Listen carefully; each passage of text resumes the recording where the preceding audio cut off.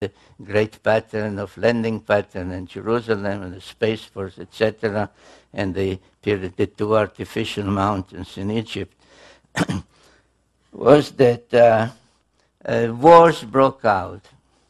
And the first war that I named in my book, The Wars of Gods and Men, the Pyramid Wars, because there was a series of them, had to do with these facilities, because in the Great Pyramid, one of the two especially, which is the only one that has an ascending passage and chambers, all the others have just a descending passage, they were a prize that one side tried to deprive from the other, and the first series of pyramid wars took place there. In that particular war, the two main protagonists were the main son of Enlil, called Ninurta, and the main son of Enki, called Marduk.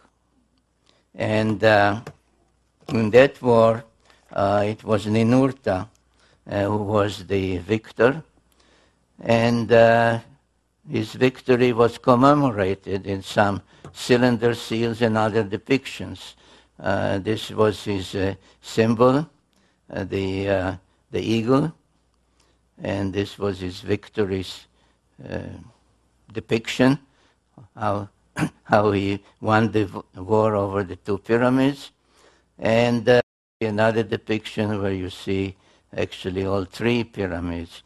And this, by the way, is another of the proofs, of which I have many, and I deal with it extensively, of who built the pyramids and when they were built, and that you see that already in Sumerian times, which preceded the pharaonic times by thousands of years, the existence of the pyramids was already known. Around 2900 BC, a Sumerian king called Gilgamesh went in search of immortality. Now, the whole business of immortality doesn't really exist, because all the tales tell us that these so-called gods, the Anunnaki, were both born and died. And there are tales about both birth and death. But it is all relative. That's why the Greeks called the gods, they borrowed the Sumerian pantheon, they called them the immortals. But it was only a difference in what a year is. If the Anunnaki come from a planet whose orbit is about 3,600 of our years, to them it is 1 year. If you would ask an Anunnaki, how old are you? He'll say, whatever, I'm 20 years old, which means my planet, Nibiru, made 20 rounds around the sun. If you ask somebody here, so we won't ask people for their ages, of course, but you ask, how old are you? And he'll answer, it means my planet, where I grew up, to which I genetically belong, made X number of orbits around the sun. That's a year. So, but anyway, Gilgamesh was the son of a goddess. And he came to his mother, and he actually was not only a demigod, but he was 2/3 divine, because his mother, not his father, his mother was a god, a goddess.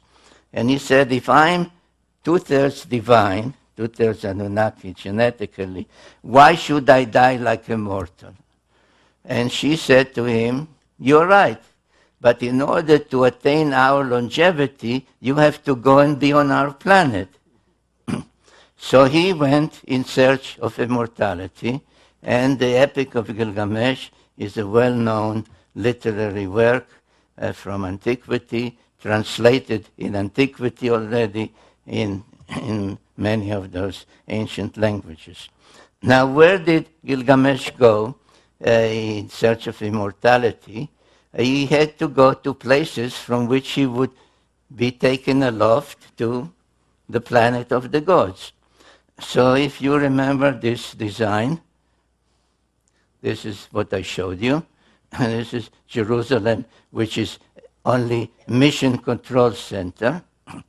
He had, and this one, where is it? This one was destroyed in the Pyramid Wars. So he had two places to go. One was the great platform in the mountains here, and one was the spaceport itself. And so around 2900 BC, almost 5,000 years ago, he went in search of a place to be taken aloft and join the gods on their planet. Now the first one that I showed you, this one, is in the mountains of Lebanon. The great cedar forest there is depicted and described in detail in the epic tale of Gilgamesh. And the text says that he witnessed on the night before he entered or tried to enter the place, he saw a rocket launched. And lo and behold, archaeologists have discovered a Phoenician coin from a place not far from there that shows the great platform and a rocket ship on a podium. So it did exist. Now that place still exists and can be visited. I went there at some risk. I would not advise you to go at this time because it's the headquarters of the Hezbollah in Lebanon. But the place is called Baalbek, and there is there a vast stone platform of about 500,000 square feet. And here at this northwestern corner, there are ruins of temples built over temples. The latest one are Muslim and Byzantine and Roman, but they're built on or over a platform that pre-existed. And these are some of the most ancient ruins that you see there, of levels that keep rising from down there, rising and rising and rising and rising and rising. And these stone blocks weigh between 600 to 900 tons each. And the immensity of the place is mind-boggling. Even more mind-boggling is one of the courses in the western wall of that enclave, on the western wall, on top of these huge boulders. And the three of them, 1, 2, and the third one, known as the Trilithon. This is the drawing, the image. This is a line drawing of a person, so you can see the scale. So there are three of these huge stone blocks lying in one of the courses, one of the levels, next to each other. And they weigh 1,100 tons each. Now, there is no piece of equipment, even today, that can lift 1,100 tons, or even 1,000 tons, or even 600 tons. There's no such piece of equipment. Yet, and this is a photograph, by the way, I think, can you see that little ant there? That's me. I'm standing there. And this is one, the first trilithon, and then there are two more. Now we know where they came from, because about 1.5 miles away, there is the quarry from which those stone blocks were cut and lifted and brought. And one of them is unfinished. So right here it's still part of the of the native rock, and this part has been already cut. And again, this is me there. So you can see the size. So somebody in antiquity, and according to all the evidence before the flood, cut those stones and lifted them over 1.5 miles and put them there, not drop them on the ground, but put them exactly where they should be, where they belong. And the question is, what was the purpose of this whole thing? As I said, Gilgamesh reported that he saw a rocket ship launch there, and the Phoenician coin also depicted. And it was only after I saw photographs of about a year ago, I think, of the Chinese launching their spacecraft for the first time. Now, we are used to launch towers made of metal and so on, but this is also built out of some kind of stone. So I have no doubt that what we see there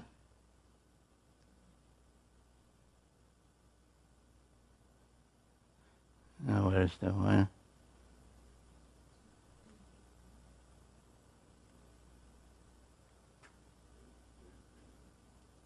Right, because this is exactly the same thing as the Chinese have built, because this starts somewhere there and goes down and down and down and down to well below ground. So this was a launch site to which Gilgamesh went around 5,000 years ago in order to be lofted to the planet of the gods, Nibiru. But he failed. There's a whole tale that he had a companion, and they killed the sacred bull, the bull of heaven, and had to escape for their life. So it didn't work. So he didn't give up. He went to the other destination, which, if you recall a previous slide, was the spaceport in the Sinai Peninsula. And what was there we also know, because the Egyptian has depicted it, and this is a depiction found in the tomb of an Egyptian called Hui, who was the governor in ancient times of the Sinai Peninsula.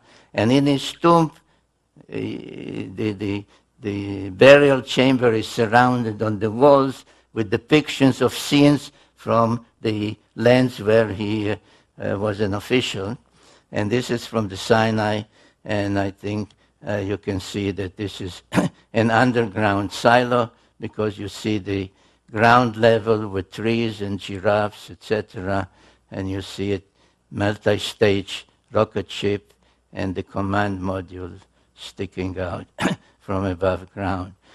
So this is what existed in the Sinai Peninsula. Oops, we go forward. Right. And again, like in the Sumerian tales, there are Egyptian texts. The collection is called the Book of the Dead, because the Egyptian pharaohs claimed that they have, by being a pharaoh, they were divine.